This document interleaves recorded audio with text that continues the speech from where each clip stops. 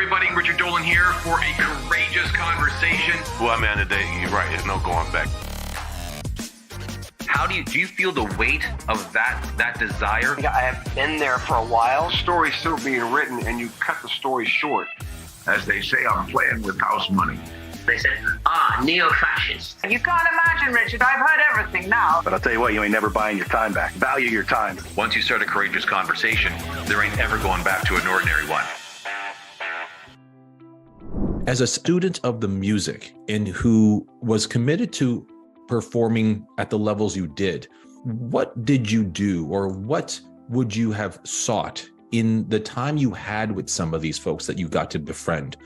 Was it a moment where you felt like you wanted to be a student? Were there questions that you were typically always going to ask of them?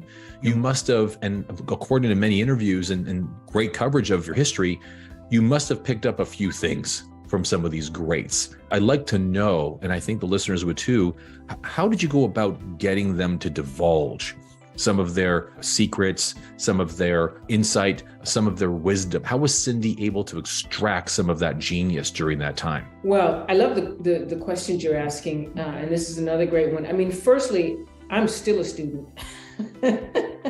And happily so, because I always want to learn something. I always want to develop. I always want to push myself to be a better Cindy. I want to be not only the best I can be, but I want to go beyond that. So I'm a perpetual student, and I'm okay with that. I like that, actually, because then I'm always growing. I learned a lifetime of information from everyone that I saw. Everyone that I was friends with, everyone who I just came in contact with, all of those icons, those geniuses that we're talking about. I learned a lifetime of stuff from them. And when I go back and think about things that I've seen or heard from them, or were actually given directly by them, I still learn from those things, and, many times I would ask direct questions, but if that was not appropriate, or if it just wasn't possible at the moment, I would just observe, and I would watch. I would watch how people led their bands. I would watch how they, interacted with not only their musicians, but also the audience, the club owners, everybody. I would watch the way they walked to the bandstand, the way they sat at their instruments, if it was a drummer or a piano player, the way Ron Carter would pick up his bass and how he was at the ready. As soon as he put that bass on, it was a whole nother dude, The way that Tony would come up to the drum set and sit down, Art Blakey, the way that he would do that, how he would interact with the fan base, with the audience, with the band, how he would inspire them and push them, and little things that they would say, to do that. So I learned a whole lot. And Art Blakey, I used to babysit for his children. We became really, really good friends, even more than that, like father and daughter, and I first met him through Wallace Roney, who was playing with him. And I also met him through his daughter, Evelyn, who was a singer.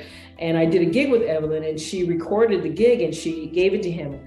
And then he said, I gotta talk to her, So, we started talking, and, Wallace invited me to a recording session that they were doing. And it was the Art Blakey and the Jazz Messengers with somebody Kawasaki. I forget his name.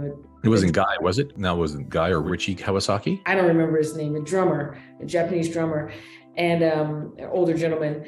And so I was just watching the session, and at that point, Art didn't remember my name. He used to call me his redhead friend. And we went from that to just being really close, and him inviting me to babysit for his kids, not only because he trusted me and I think kind of wanted to just take me under his wing, but also he was just trying to give me some money because he knew I was a struggling musician. So he was trying to do something to keep me, inspired. And I'll never forget that. I'll never forget that. And I learned so many things from him, just from watching him, from asking him questions, to him telling me about shading on the ride cymbal and, different things, playing on a pillow and different stuff like that. And I mean, things that had nothing to do with really actually physically playing the drums, but just had to do with either life or the life of a musician. Because one time I was watching the children, his wife was in the kitchen making dinner, And he was in his room packing for Europe. And he said, Cindy, come in here. And I went in there and he said, sit down, and that voice, sit down. And of course I sat down, and he had me watch him pack to see what he put in his suitcase, to see what was relevant and what was not. And I was like, whoa, okay. Because at that point I hadn't been to Europe or anywhere yet, I'd been to New York. It was my Europe. But so he had me watch to see what to pack, It was incredible. So I learned just tons of stuff, just going to see Elvin Jones play.